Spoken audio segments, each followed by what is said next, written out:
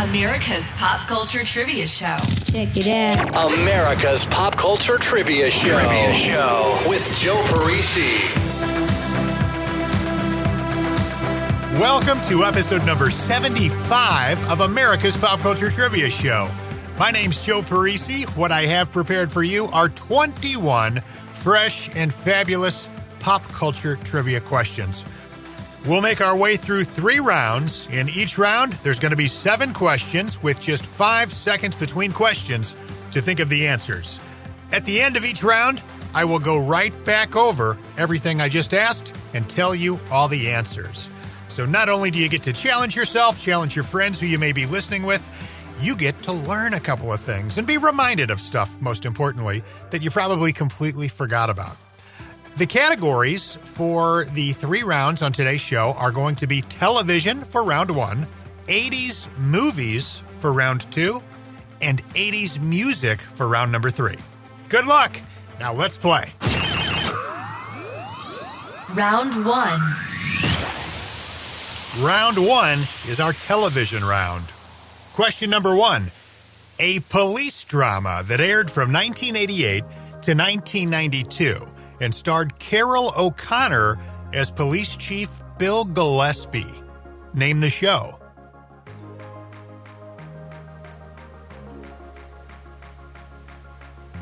Question 2. Harry Anderson played the lead character on Night Court. He was the judge. His character's first name, just like his real name, was Harry. What was Judge Harry's last name on the show?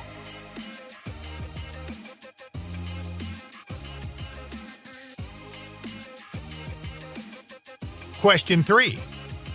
Name the actor who played Hal, the father, on Malcolm in the Middle.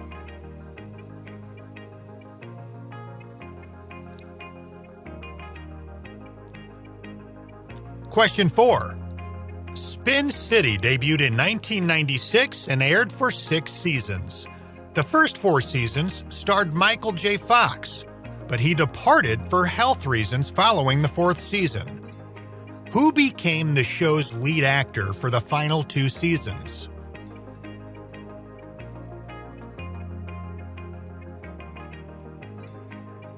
Question 5. Name the actor who played Frank Barone, Ray Barone's father, on Everybody Loves Raymond.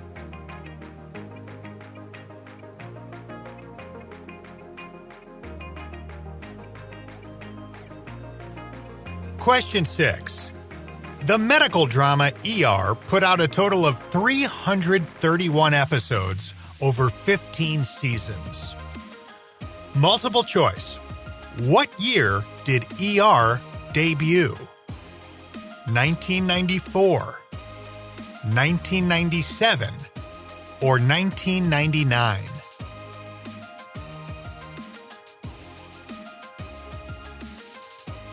And question 7. This is a tough one. Based on the 1989 movie of the same name, 1997 gave us the debut of the Honey, I Shrunk the Kids TV series. Rick Moranis was not in this, but his character from the film, Wayne Szalinski, was. Who played Wayne Szalinski in this show? I'm going to give you a hint. This actor was in Bosom Buddies, Newhart, and the HBO series Girls.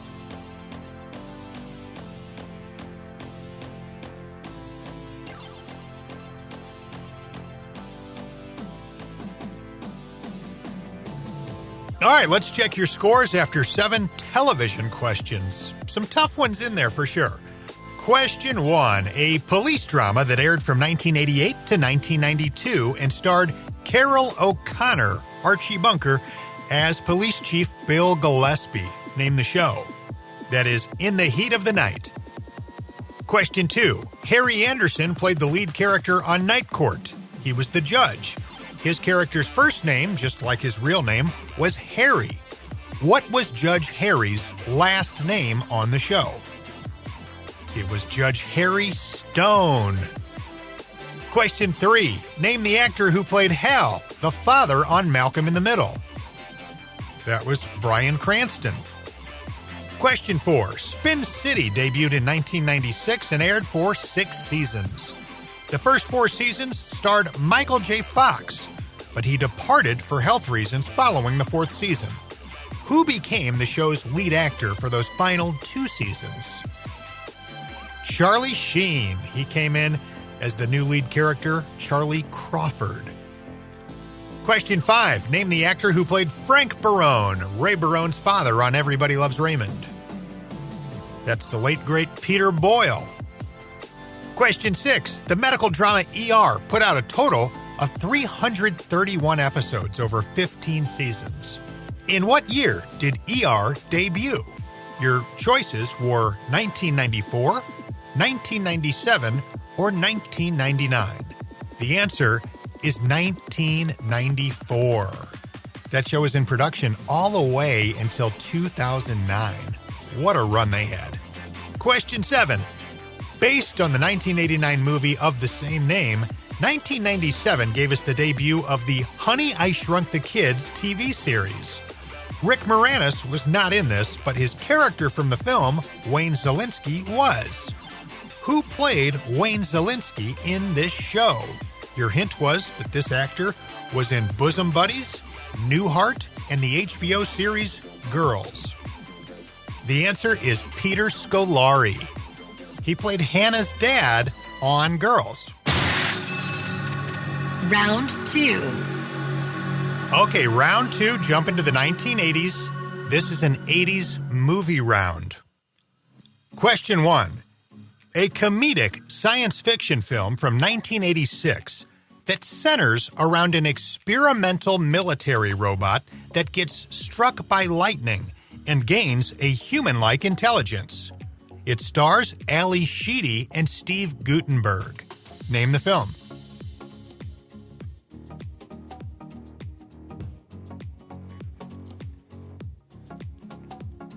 Question 2. Sibling characters Miles and Maisie Russell were played by child actors Macaulay Culkin and Gabby Hoffman in what 1989 John Hughes film?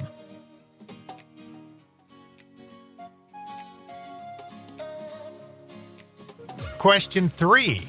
Name the actor who played the lead character, the father, George Henderson, in 1987's Harry and the Hendersons.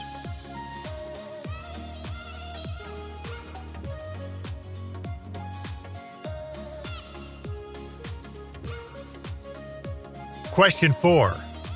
John Keating is the new unorthodox English teacher at Welton Academy in this Oscar-nominated 1989 teen drama. Name the film.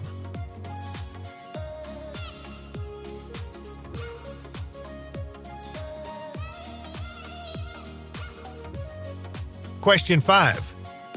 In what state does the movie Ferris Bueller's Day Off take place in?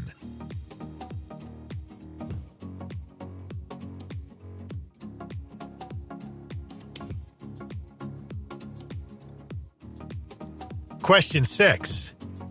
In Field of Dreams, in what state does Ray Kinsella live with his family, where he builds a baseball field on the family farm?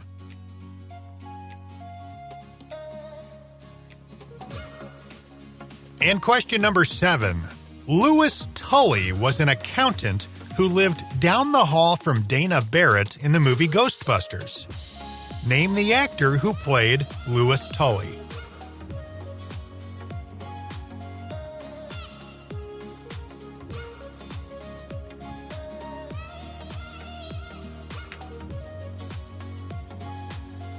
That wraps up our 80s movie round. Let's see how you did. Question number 1, a comedic science fiction film from 1986 that centers around an experimental military robot that gets struck by lightning and gains a human-like intelligence. It stars Ali Sheedy and Steve Guttenberg. Name the film. Short Circuit. Question 2, sibling characters Miles and Maisie Russell were played by child actors Macaulay Culkin and Gabby Hoffman in what 1989 John Hughes film? Uncle Buck. Question 3. Name the actor who played the lead character, the father, George Henderson, in 1987's Harry and the Hendersons. John Lithgow. Question 4. John Keating is the new unorthodox English teacher at Welton Academy in this Oscar-nominated 1989 teen drama. Name the film. Dead Poets Society. That film made more money than any other drama in 1989. $235 million worldwide at the box office. Question 5. In what state does the movie Ferris Bueller's Day Off take place in? Illinois. You may remember one of the things they did was went to a Cubs game. Question 6. In Field of Dreams, in what state does Ray Kinsella live in, where he builds a baseball field on his family's farm? Iowa. And question number 7. Louis Tully was an accountant who lived down the hall from Dana Barrett in the movie Ghostbusters. Name the actor who played Louis Tully. We mentioned him in the last round. Rick Moranis. Round 3. We're sticking with the 80s, but this is an 80s music round. Third and final round. Here we go. Question number 1. In 1988, the song Simply Irresistible became a number 1 song on the Billboard charts and gave us a very memorable music video. Name the artist who gave us 1988's Simply Irresistible.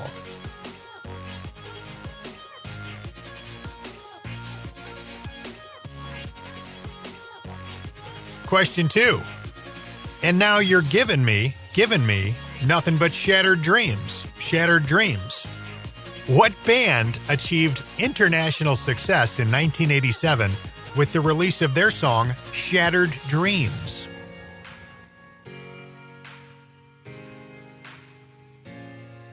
Question 3.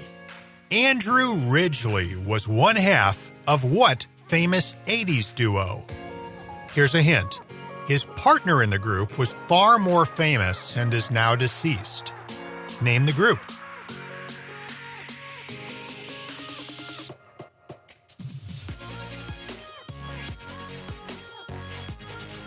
Question 4. According to the Billboard Hot 100 charts, this artist had the most number 1 hit songs in the 80s. Name the artist.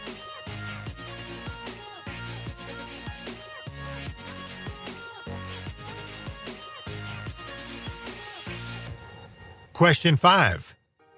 The songs Is This Love and Here I Go Again were big hits for this band in 1987. Name the band.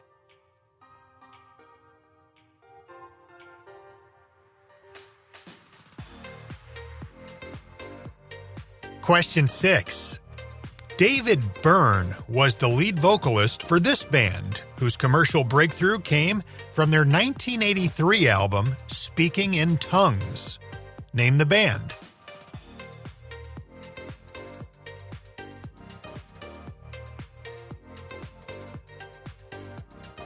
Final question, question 7. What was the first number 1 hit song from New Kids on the Block? I'm going to give you a hint here. It was not Hangin' Tough, and the video for the song featured the band running around at Coney Island Amusement Park. Name the song.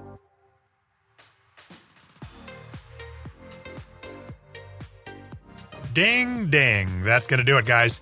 Let's see how you did with these final 7 questions, all about 80s music. Question 1 was, in 1988, the song Simply Irresistible became a number 1 song on the Billboard charts and gave us a very memorable music video. Who could forget it? Name the artist who gave us 1988's Simply Irresistible. That would be Robert Palmer. Question 2. And now you're giving me nothing but shattered dreams. Shattered dreams.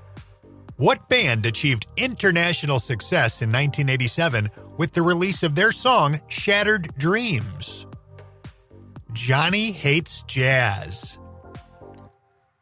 Question 3. Andrew Ridgeley was one half of what famous 80s duo?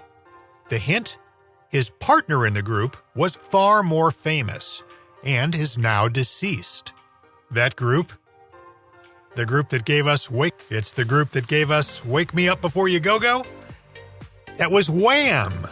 George Michael and Andrew Ridgeley made up Wham. Question 4. According to the Billboard Hot 100 charts, what artist had the most number one hit songs in the 80s? So we're going all the way from January 1980 to December 1989. The answer is Michael Jackson. Not surprisingly, he had 9 number one hit songs through the 80s.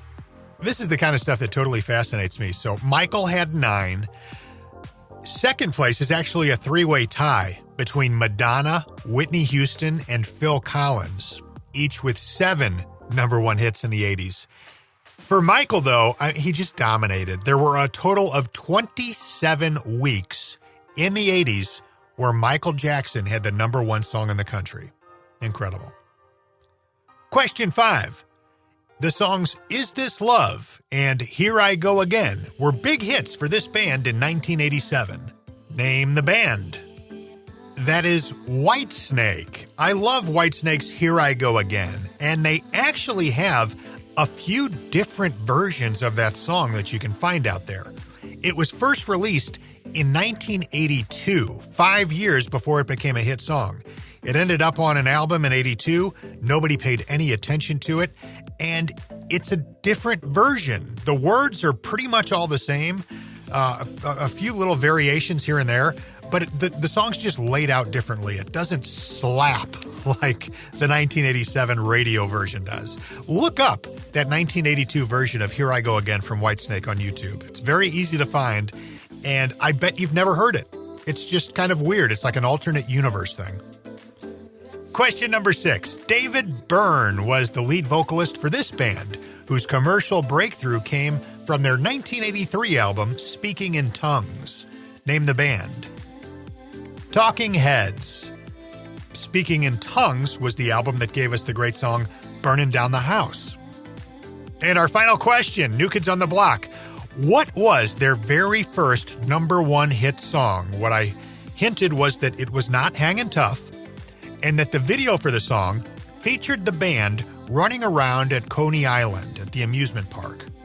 That song is Please Don't Go Girl. That song was released in 1988. New Kids on the Block, believe it or not, were actually pretty slow to take off and become popular. They had put out their debut album in 1986. That album did nothing. Nobody was buying it. Radio stations weren't playing anything off of it. And it just was kind of dead in the water. Their label was ready to drop them.